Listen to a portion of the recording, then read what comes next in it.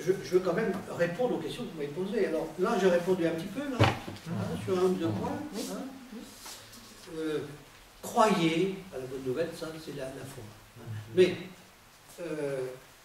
c'est en lisant l'évangile qu'on va comprendre ce que Jésus entend par foi. Foi, c'est pas de croire en Dieu, c'est pas de penser quelque chose sur Dieu et de dire oui, je pense que Dieu existe. Non, pas du tout ça.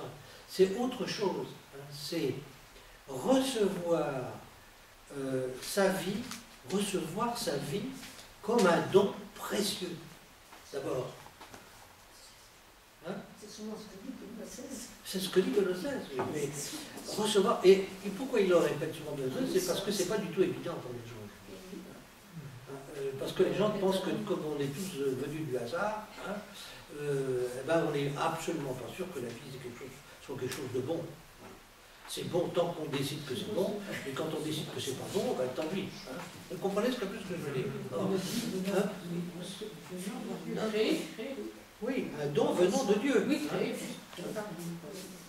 Jésus dit, vous pouvez pas, il nous dit, c'est en dehors de la considération de votre propre vie, vous ne pouvez pas comprendre ce qu'est la foi.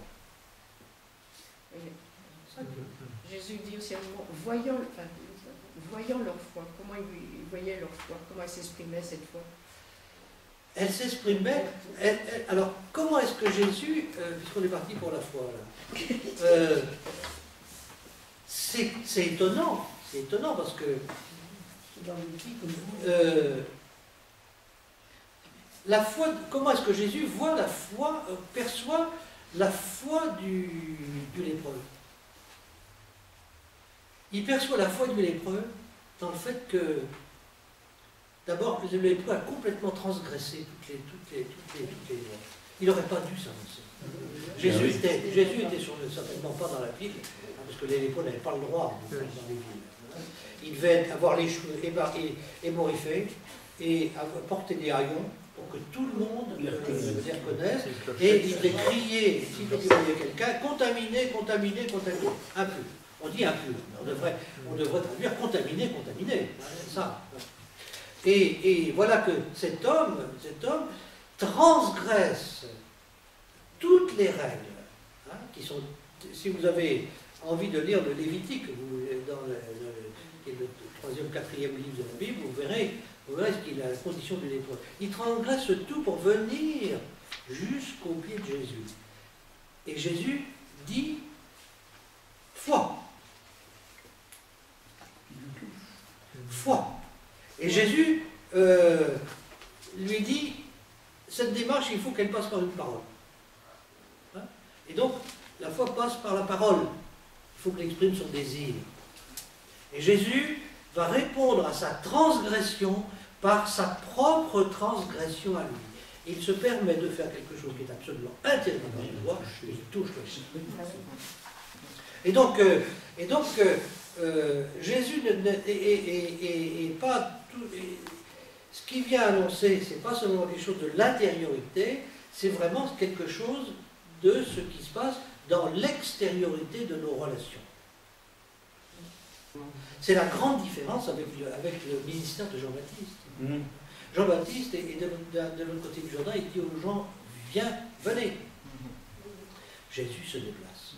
Jésus se déplace et il se met sur les chemins où les gens peuvent le rencontrer, il va dans les maisons, il va à la synagogue. Un ministère de proximité qui n'a rien à voir avec celui de Jean-Baptiste. Quelque chose d'extraordinaire par rapport à Jean-Baptiste aussi, c'est-à-dire que qu'est-ce qu'il appelle foi par rapport à cet enfant, qui n'est peut-être pas un enfant, peut-être un adolescent, parce que enfant, je crois que le mot enfant, vous avez tous relevé, il n'est pas dit que c'est un enfant. Non, parce que moi j'ai le texte de la Tobe, ils mettent fils. Oui, alors ça, il faut regarder dans le grec ce qui est. Mais ici ils mettent. Je crois aussi que c'est extraordinaire parce que c'est pas à la foi de cet homme que Jésus répond, c'est à la foi de son entourage. Oui, puisqu'il est avoué par des... Et vous avez très bien souligné que toutes les guérisons et tous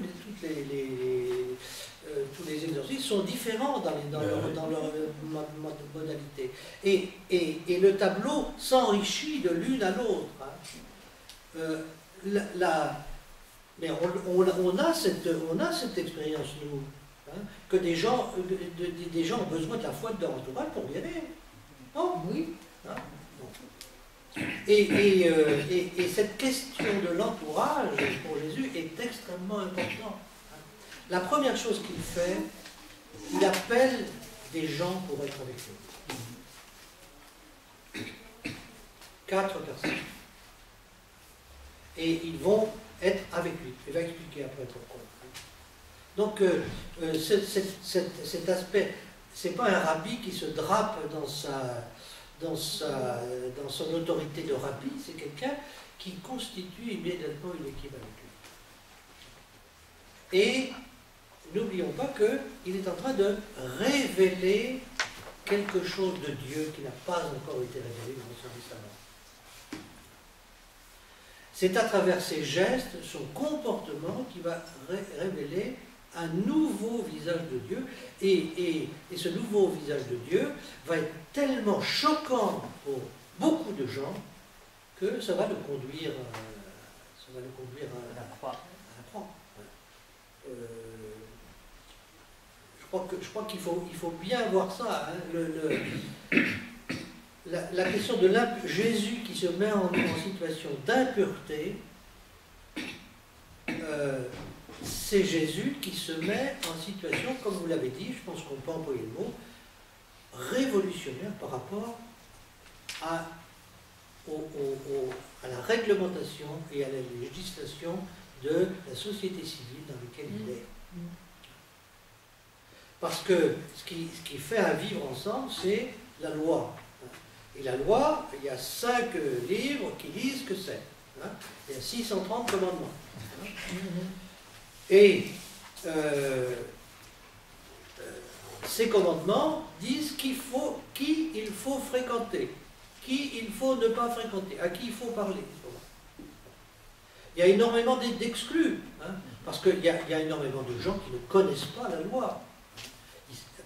Même si les pharisiens qui ont eu un rôle très très positif dans les décennies qui ont précédé Jésus, parce qu'ils ont voulu établir des synagogues partout, faire des écoles pour que les enfants apprennent. Hein. Malgré ça, il y a énormément de gens qui ne connaissent pas la loi, parce qu'ils ont autre chose à faire, il faut qu'ils pêchent, il faut qu'ils gagnent leur vie, etc. Et ces gens-là sont méprisés, hein, par les pharisiens, par les scribes. Ils sont exclus. Et plus on est loin de Jérusalem, plus on est susceptible de faire partie de ces gens qui ne connaissent pas la loi.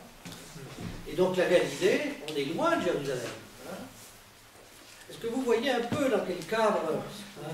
Et donc la question de l'impureté va être de plus en plus prégnante. Hein. Jésus, la géographie... Jésus commence dans la synagogue. La synagogue, c'est l'église. Hein.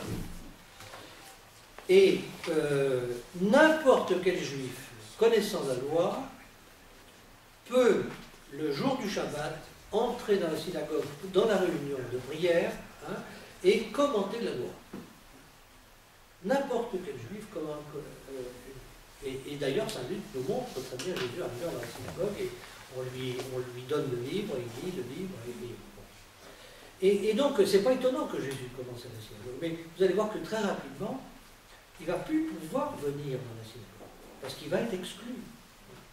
On ne peut pas expliquer la loi en étant dans un état d'impureté constant.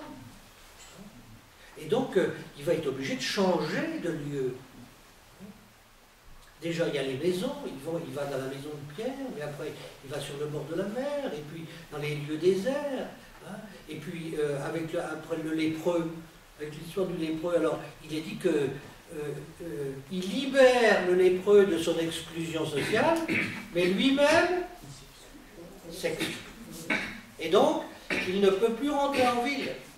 Hein, et il va attendre les gens dans des lieux déserts. Hein, Et comme il ne peut plus prêcher dans les synagogues, alors un peu plus loin, il va dire à ses disciples, écoutez, il y a tellement de gens, on va mettre le bateau à une vingtaine de mètres du rivage, je vais prêcher dans le bateau.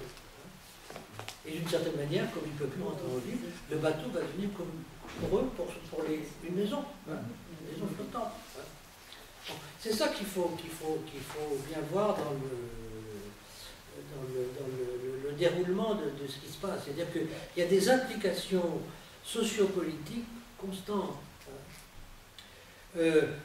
Jésus a très conscience de sa mission. Il a conscience qu'il n'est pas venu simplement pour guérir quelques personnes, mais pour annoncer la parole de Dieu.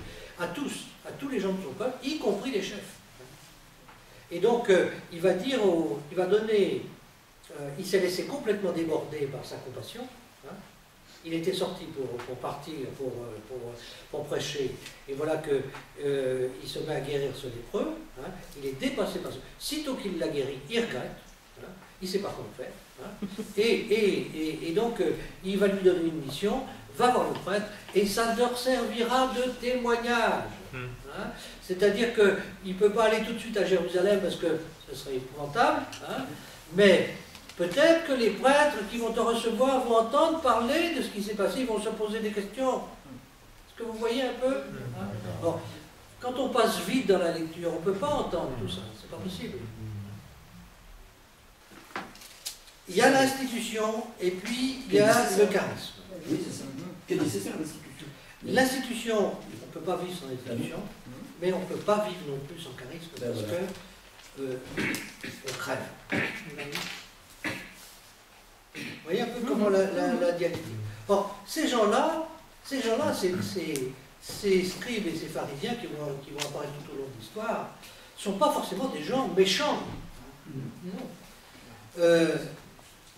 Il y en a qui Jésus dira se mettre en colère à certains moments, en disant vous avez eu suffisamment de signes. Mais, et il fera bien, l'Évangile fait bien attention de ne pas diaboliser le groupe des responsables comme tel. Le dernier dialogue très positif que Jésus va avoir avec quelqu'un avant sa passion, c'est avec un scribe. Juste à Jérusalem, avant que commence la passion. Et l'Évangile nous raconte ça pour dire qu'il ne s'agit pas de stigmatiser un groupe de gens, de mettre tout le monde dans le même sac. Chaque appel s'adresse à quelqu'un de particulier. Est-ce que vous voyez un peu comment ça marche ? Chacun doit donner sa réponse particulière, même si il est coincé, plus ou moins, dans son statut social. Nous avons tous un statut social qui nous coince, en même temps qui nous permet de faire des choses.